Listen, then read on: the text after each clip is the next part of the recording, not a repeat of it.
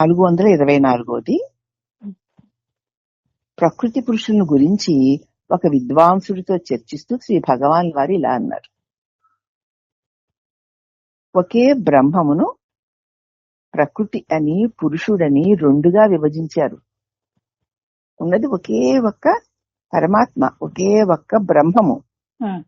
దాన్నే ప్రకృతి అని పురుషుడని రెండుగా విభజించారు.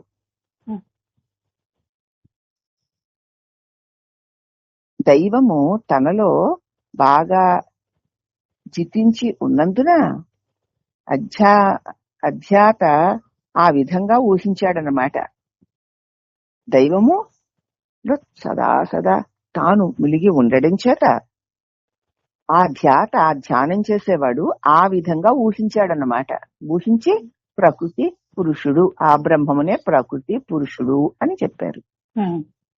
గీతలో పురుషోత్తముని ప్రకృతి పురుషులకు అందని వాణిగా చెప్పి ఉన్నారు కదా. పురుషోత్తముడైన పరమాత్మని ఈ ప్రకృతి పురుషుల కంటే అన్యమైనది అని చెప్పారు కదా. 15వ అధ్యాయంలో 15వ శ్లోకం నుంచి 16, 17 శ్లోకాల్లో చెప్పారు.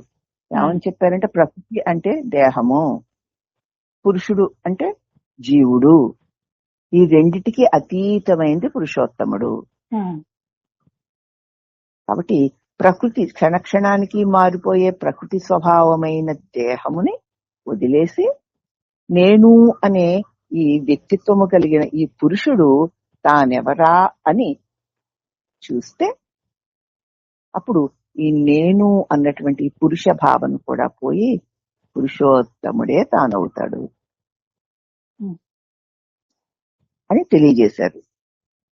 అది గీతలో కూడా పురుషోత్తముని గురించి ప్రకృతి పురుషులకి అందరివాడు అని చెప్పారు కదా అన్నారు భగవాన్.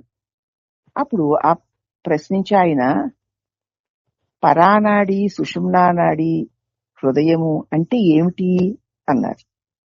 పరానాడి అంటున్నారు, సుషుమ్నానాడి అంటున్నారు, హృదయం అంటున్నారు, అంటే ఏమిటి అన్నాడు అనమాట. అంటే మహర్షి సుషుమ్న పరాలో లీనమవుతుంది, సుషుమ్నాకు పరే లీన, హృదయాన్ని సామాన్యంగా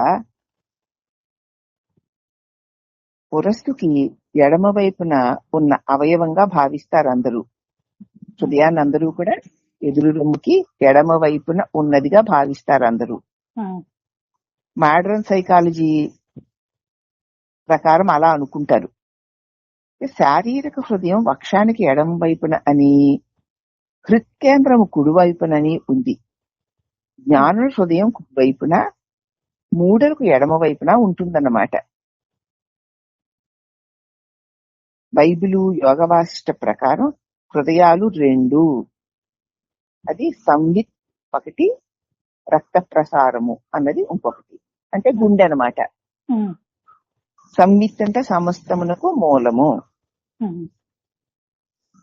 అని రెండు హృదయాలు, రెండు పేర్లు దానికి. సంవిత్ సమస్తమునకు ప్రకాశమిచ్చు హృదయము కుడివైపున ఉంది.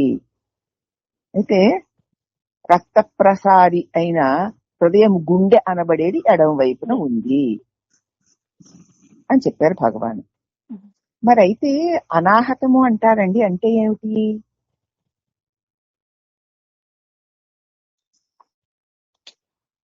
హృదయానికి వెనుకనున్న చక్రాన్ని అనాహతము అంటారు. ఈ హృదయానికి వెనుక వైపున దాన్ని అనాహతము అంటారు. అది సంవిత్ కాదు, అది హృదయం కాదు.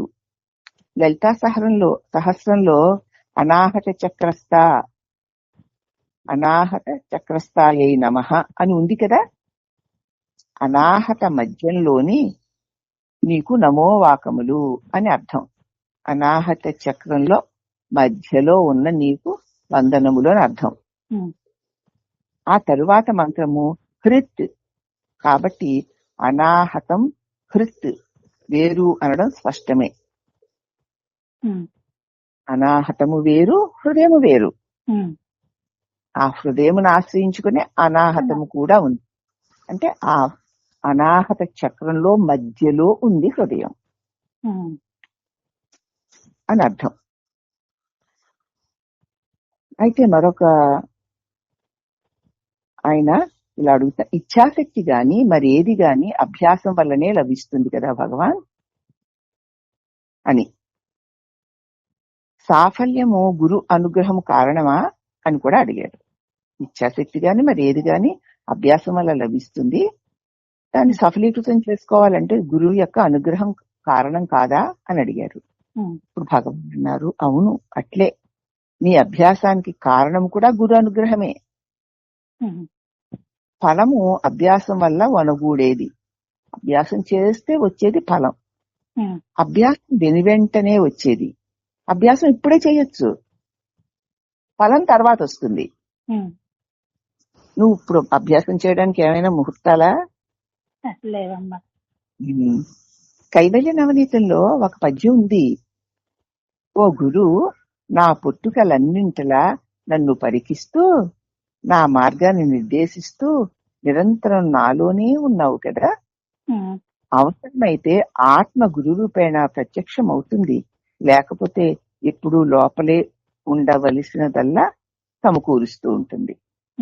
కాబట్టి ఆత్మ అవసరమైతే ఆత్మే గురు రూపంలో ప్రత్యక్షము అవుతుంది, అవసరం లేకపోతే ఎప్పుడూ లోపలే ఉండి కావలసిందంతా సమకూరుస్తూ ఉంటుంది. కాబట్టి ఎప్పుడైనా సరే గురు అనుగ్రహమే అన్నిటికీ మూలము. ఈ రోజు ఈ సాధన చెయ్యాలి, భగవాన్ ఏదో చెప్పారు, ఆ రకంగా నేను నా స్వరూపంలో నిలిచి ఉండాలి అన్న కాంక్ష మనకి కలుగుతోంది అంటే గురు అనుగ్రహం వల్లనే. అవునమ్మా. తర్వాత సాధన చేస్తూ ఉండడానికి ముహూర్తం ఇప్పుడే మొదలు పెట్టచ్చు. చేస్తూ ఉంటే సఫలత తర్వాత కలుగుతుంది. కాబట్టి గురు అనుగ్రహం నిన్ను విడిచి ఎప్పుడూ లేదు. అవసరమైతే గురు రూపంలో ప్రత్యక్షమవుతుంది, లేకపోతే నీ లోపలే నీ హృదయమే అయి ఉండి నీకు సమస్తాన్ని సమకూరుస్తుంది అని భగవాను గురు యొక్క అనుగ్రహాన్ని గురించి, ఈ హృదయాన్ని గురించి, మళ్ళీ మనం నేనెవరిని ప్రశ్నించుకుని నిలవడాన్ని గురించి వివరణగా తెలియజేశారు. ఈ రమణ భాషణంలో ప్రతి ప్రశ్న ఎవరో వేసిన ప్రశ్న కాకుండా మన ప్రశ్నగా మనం తీసుకుని ఈ ప్రశ్న నేను భగవాన్ని అడుగుతున్నాను అన్న భావన ప్రశ్నని మనకి మనం అన్వయం చేసుకుని అప్పుడు నీలో ఉన్న ఆత్మగురుడు నీకు సమాధానం చెబుతున్నాడు అని ఆ సమాధానాన్ని నువ్వే తీసుకుని నీకు అన్వయించుకోవాలి. అదేదో ఆవిడ పుస్తకం చదివి అర్థాలు చెప్తున్నారు, మేము అర్థం చేసుకుని వింటున్నాం, ఒక ప్రశ్నకుడు అడిగేట భగవాన్ ఇలా చెప్పారట అని వినకూడదు. బాగా అవగాహన చేసుకుని మనం మన భాషల్ని వినాలి. వినడానికి కూడా మనకి అర్హత ఉండాలి. హరి ఓం నమః.